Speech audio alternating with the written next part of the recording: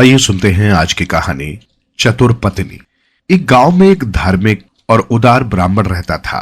उसने शास्त्रों में पढ़ा था, अतिथि देव के समान होते हैं, यानी मेहमान भगवान समान होता है। इसी वजह से जो कोई भी उसके दरवाजे पर आ जाता वो उसे खाना खिलाए बिना नहीं जाने देता। जैसे जैसे उसका अतिथि सत्कार बढ़ता जा रहा था, उसकी पत्नी का क्रोध भी बढ़ता जा रहा था। मेहमानबाजी के चलते उसे अक्सर भूखा रह जाना पड़ता था। एक दिन ब्राह्मण की पत्नी खाना बनाकर पति का इंतजार कर रही थी। ब्राह्मण आया तो सही, पर साथ में मेहमान भी ले आया। उसने बड़े आदर से बैठाया और पत्नी से बोला, मैं अभी स्नान करके आता हूं, तुम तैयारी रखना। आज ब्राह्मणी की सहन शक्ति का अंत हो गया। उसने तुरंत एक उपाय सोचा। वो वहां गई जहां मेहमान बैठा था। वहां उसने अपने मायके से लाए हुए मूसल को रखा, उसके चारों ओर सुंदर रंगोली बनाई और घुटनों के बल बैठकर मूसल को नमस्कार किया। मेहमान भौचक्का सा सब कुछ देख रहा था। 33 करोड़ हिंदू देवताओं के नाम उसे याद थे, लेकिन ये मूसल देव तो उसे नया ही देवता दिख रहा था। उसने इस बारे में ब्राह्मणी से पूछा तो ब्राह्मणी सिर झुकाकर खड़ी हो गई और पैर के अंगूठे से जमीन पर रेखाएं खींचने लगी।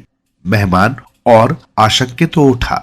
बहुत आग्रह करने पर ब्राह्मणी ने बताया कि मेरे पति ने एक अनुष्ठान किया है। अनुष्ठान के अनुसार रोज एक विद्वान को वो घर में आमंत्रित करते हैं। उसे बड़ी भक्ति पूर्वक इस मूसल से 3-4 बार पीटते हैं और फिर 16 व्यंजनों वाला खाना खिलाकर उसे बड़े आदर से विदा करते हैं। आपने सुना नहीं, ये क्या कह कर गए हैं कि मैं उनके स्नान करके आने तक सब तैयार रखूं। मेहमान ने सोचा, 16 व्यंजनों की दावत कितनी भी आकर्षक हो, लेकिन मूसल से 3 बार मार खाना, फिर चाहे वो कितना भी भक्ति पूर्वक क्यों ना हो। बाप रे!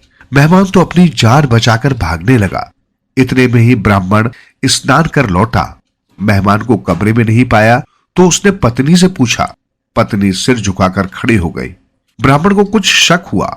उसने डपटकर पूछा तो पत्नी ने कहा, जी बात यह है कि आपके मेहमान ने कोई अनुष्ठान किया है, उसके लिए वो ये मूसल घर ले जाना चाहते थे, पर मैं भला ये मूसल कैसे दे दूं? मैं जब जब इस मूसल को देखती हूं तो मुझे मेरी मां की याद आती है। ब्राह्मण ठहरा मेहमानों की खातिरदारी करने वाला। यह सुनते ही एक क्षण में मूसल लेकर मेहमान के पीछे पीछे दौड़ा। ब्राह्मण ने उसे मेहमान को जोर से आवाज दी, अरे सुनो, अनुष्ठान कभी अधूरा नहीं रहना चाहिए। मेरी पत्नी तो मूर्ख है। रुको रुको, अनुष्ठान।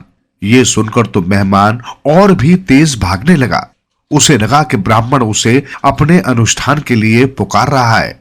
वो और तेज भागने लगा, क्योंकि वो तो अपनी पिटाई की कल्पना कर रहा था। उसने आसपास के लोगों को भी इस बात की सूचना दे दी। इसलिए दूसरे ही दिन से लोगों ने ब्राह्मण के साथ उसके घर